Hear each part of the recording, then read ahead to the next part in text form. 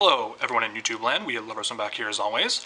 Alright, this is going to be my review for something kind of unexpected. I was just like, I'm going to do this. Kind of a first, kind of not really. It's movie related, not really, kind of, I don't know. My review for Stranger Things. Yeah, for those that don't know or probably don't have Netflix, I don't know how you don't. Yeah, Stranger Things is a Netflix exclusive. It's a Netflix series that came out beginning of July, I think, somewhere around that time. I saw it twice. First time I saw it with my mom, she liked it. This is definitely right up my alley. The second time I saw it alone. I was like, I'm gonna take this all in. This is really cool because you don't get stuff like this anymore. You know, like some movies, some indie horror movies, you do. This is really, really cool and nice to see, you know, especially on Netflix and a streaming service. And I want more of it. I can't wait. And hopefully there's going to be a season 2. There has to be more. I mean, obviously the ending, you know, it teased it a little bit. But, yeah, man, this show, I did not know what I was getting into when I kind of did. I knew it was like a throwback to the 80s. Well, at first I thought it was like late 70s, but it's like early 80s, so it's like 1983, I think.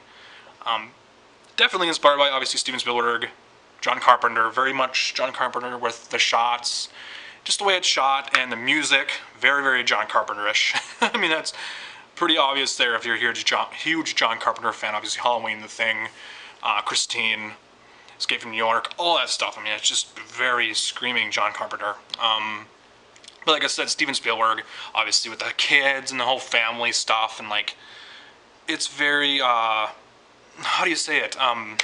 Dysfunctional family type stuff. I mean, it's very just real, you know, it's very relatable. We can all relate to that, maybe. I don't know if you're watching this, maybe you can relate to it.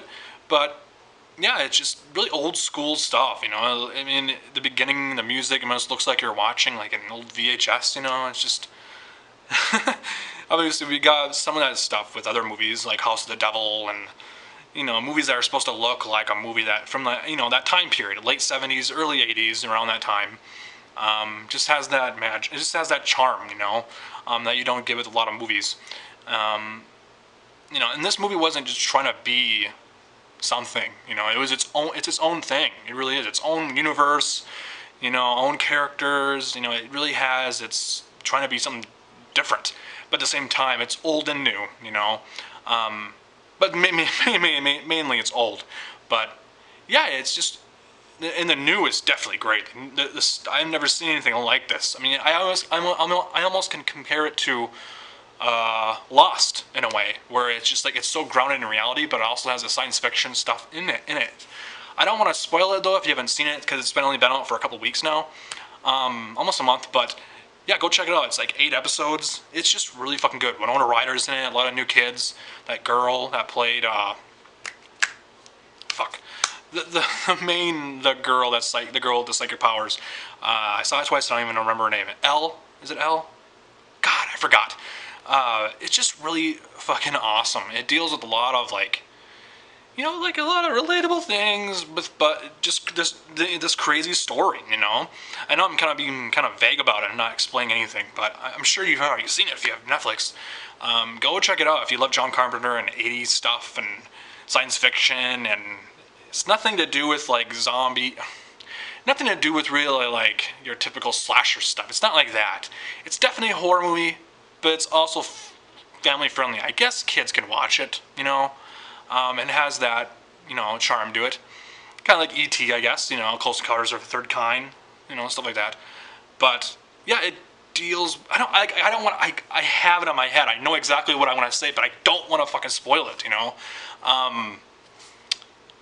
It's just a lot going down. And the story is like, you just don't know where it's going. But once you kind of like figure it out, you're like, oh wow, it's kind of like this. But I do kind of compare it to Lost in a way, because it's so grounded in reality. But at the same time, it has this crazy thing going on in this town. And the characters are just really well defined. You know who they are. Obviously, Winona Ryder's character, she's a mom. You know, like you know who the family are, and you know it's a small town, and they're all like connected, and they all know each other.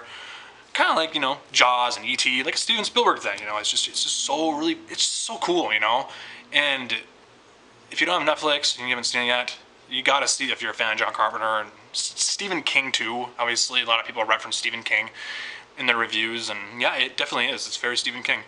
John Carpenter, Stephen King, John Carpenter. I mean, that whole thing. God, I just want to like say something about the story, about where it's going.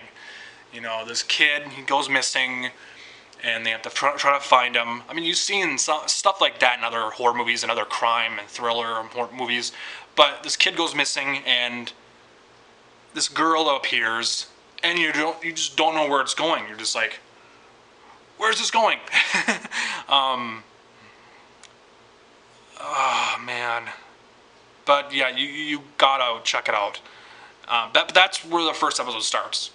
They're playing this like Dungeons. I think they're playing Dungeons and Dragons. I think, and they're having a good old time and all that. And they go home. They bike home, and it's very ET like, obviously. And yeah, one of the kids goes missing, and that's where the story kind of starts. And I think the girl's introduced in the first episode, and just weird stuff start happening. It's very obviously, you know, it's, even though this movie that I'm going to mention is inspired by E.T. and all that, but it's almost like Super 8. That movie was also inspired by E.T. and a lot of Steven Spielberg stuff in the 80s. But yeah, it's very much like that also. So if you enjoy stuff like that, you gotta check this out. It's just one of them. I think it is my favorite Netflix exclusive series, even though a lot of people are talking about Daredevil and Jessica Jones and all these other Marvel type stuff out there, which I love Marvel, but I'm not really into the Marvel exclusive series. They just don't grab me like this one. This is definitely up my alley. John Carpenter and science fiction, and Steven Spielberg and Stephen King and horror and sci-fi. So go check it out. This is my review.